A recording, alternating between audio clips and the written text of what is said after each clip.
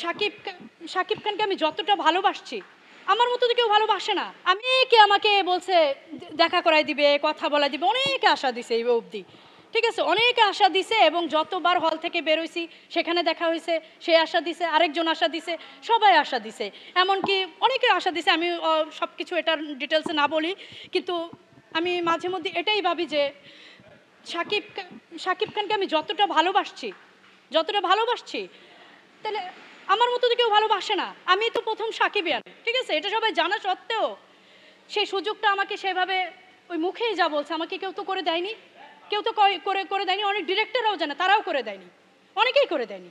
এটা সত্যি কথা, অনেকেই করে দেয়নি। আমি কি বলবো ভাইয়া, শুধু বলছে যে দেখা করায় দিবনি, এটুকুই বলছে। আর প্লাস আপনার সেলফি তোলাই দিব, এটুকুই।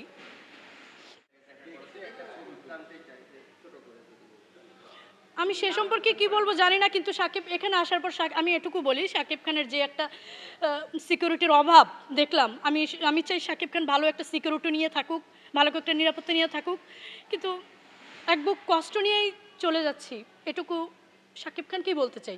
এক বুক কষ্ট নিয়ে আজকে এখান থেকেও চলে যাচ্ছি। অবশ্যই অবশ্যই, হ্যাঁ অবশ্যই দেখছি তার প্রোটেকশন তো একদমই নেই। এমন মানে ভালো ভালো আর্টিস্ট, অন্য অন্য আপনারা আরও অনেক মানুষ সবাই হুমড়ি খেয়ে পড়ছে, আরও অনেক মানুষ, আমি পর্যন্ত উল্টে গেছি।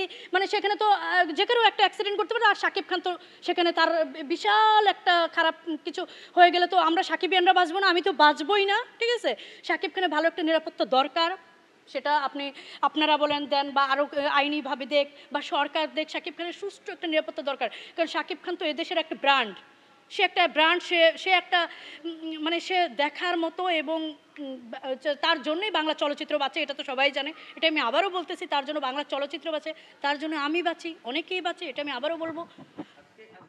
সেটা দেখে ওই মুহূর্তে আমার গা কাঁপতেছিল, সত্যি সত্যি আমার গা শিউরে উঠছিল যে আমার হিরোর কি একটা অবস্থা। ঠিক আছে, আমার হিরো মানে কতজন যে প্রোটেকশন দিতেছিল, তারপরেও হিরো তো মানে সেফ না, তারপরে এই জায়গাটাতে সেফ না। আমার সেটা দেখে খারাপ লাগছে, আমি এর আগেও বলছি, এখনও বলতেছি, হিরোর সামনে ভালো একটা নিরাপত্তা দেওয়া হোক। কারণ হিরোর জন্য মানুষ, সারা দেশের মানুষ, আমি আর অন্যান্য সাকিবের সবাই হুমড়ি খেয়ে পড়তেছে, তার তো ভালো একটা সেফটি দরকার, এটা তো বোঝা উচিত।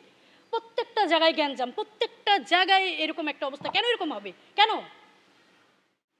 হ্যাঁ, এখানে একটা কথা বলি, এত একটা ভিড়, এত একটা ক্রেজ, এত একটা হাউকাউ, তার মধ্যেও হিরোর হাসি মুখ যায়নি, তার মধ্যে হিরো চাচ্ছিল। আমি দেখছি জিনিসটা, আমি লক্ষ্য করে দেখছি, আমি তার পিছন দিকেই ছিলাম, আমি এই জিনিসটা লক্ষ্য করে দেখছি যে হিরো চাচ্ছিল যে না, সবাই আমার কাছে আসুক, কথা বলুক। ঠিক আছে, কিন্তু এই যে এরকম একটা হাউকাউ, এরকম একটা মানে ইনসিকিউরিটির জন্য, অন্যরকম একটা ইয়ের জন্য সবাই সেভাবে করতে পারেনি। কিন্তু শাকিব খান কিন্তু হাসি মুখেই ছিল, শাকিব খান কিন্তু চায় যে না, তার ভক্তরাও কাছে আসুক। এই জন্যে আমার একটা দুঃখ তারপর থেকে যায় যে আমি ঠিকভাবে আমার ইচ্ছেটা পূরণ করতে পারিনি।